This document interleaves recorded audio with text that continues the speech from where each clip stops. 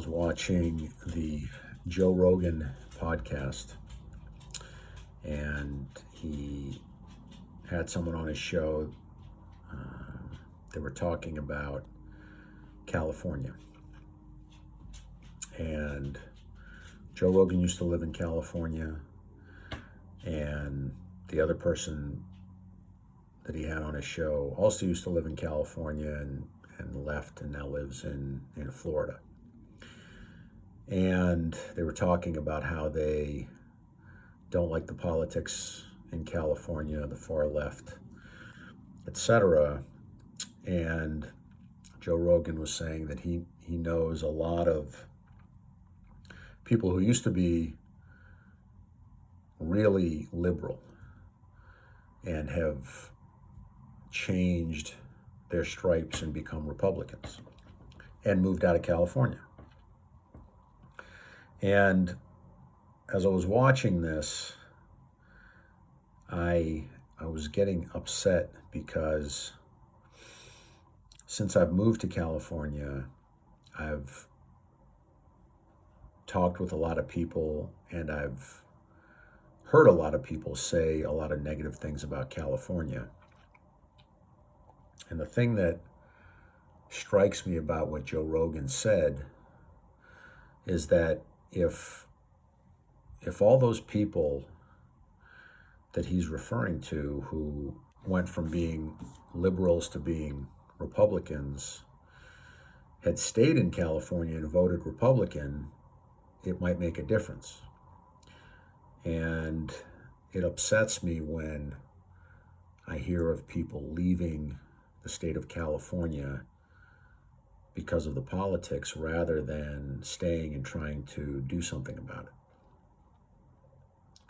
it. And it's understandable that any individual person feels that they can't do anything about a situation. But it really is a dynamic that when nobody does anything, nothing happens. And so you're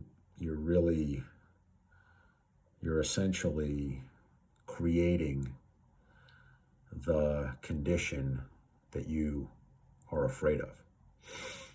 Like there's this thing that happens with Jiu-Jitsu tournaments, especially at the older age groups like me, where not a lot of people sign up. And so you'll have people who wait until the last minute and they keep checking the bracket to see if somebody else has signed up, and they keep saying, well, there's no one in my bracket, I'm not going to sign up. Well, if you signed up, there would be someone in your bracket, right? And then maybe other people who are doing the same thing would see that you're there, and then they would sign up, and then that would start a domino effect. I mean, it doesn't necessarily work every time, but it definitely is a thing where people don't want to lead.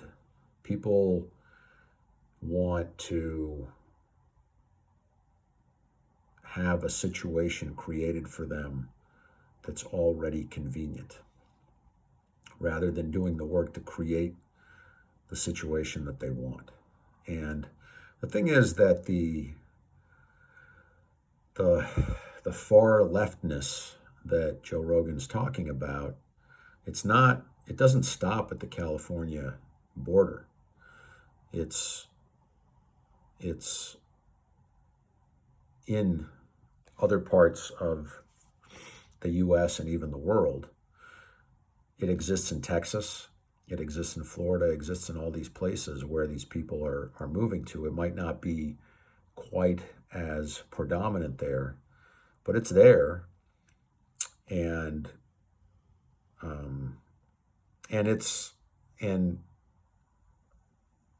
the extreme left is not the only problem, because you can't have an extreme left without having an extreme right. I think really the biggest problem with the US these days is the extreme politics on both sides. And there are parts of the country where the extreme left is dominant. There are parts of the country where the extreme right is dominant, and neither is good. And that's probably the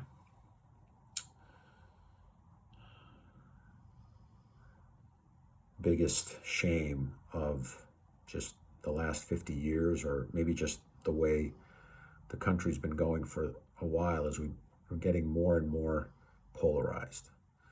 And people have less and less in common. Rich people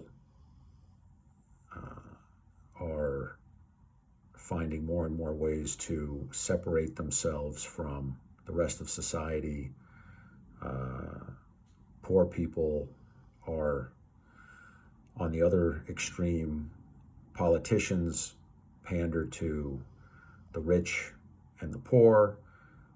They pay lip service to the middle class, but nobody cares about the middle class. The middle class is getting decimated, and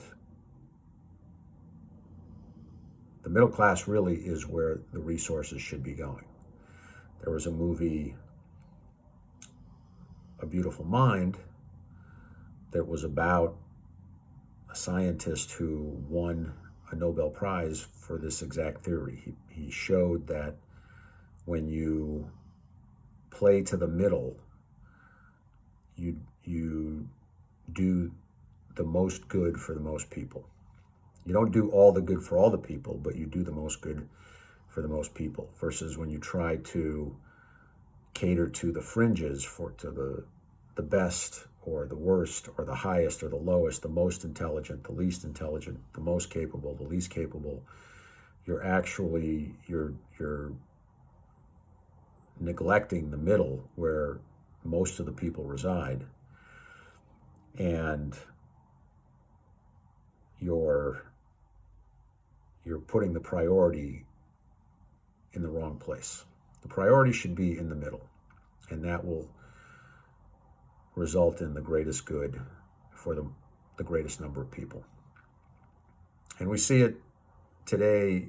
The individual is being held up as more important than society as a whole in all sorts of different ways. And that's a problem. And getting back to what I started with, I wish people would get better at leading and realizing that they have to create what they want. The grass isn't greener on the other side.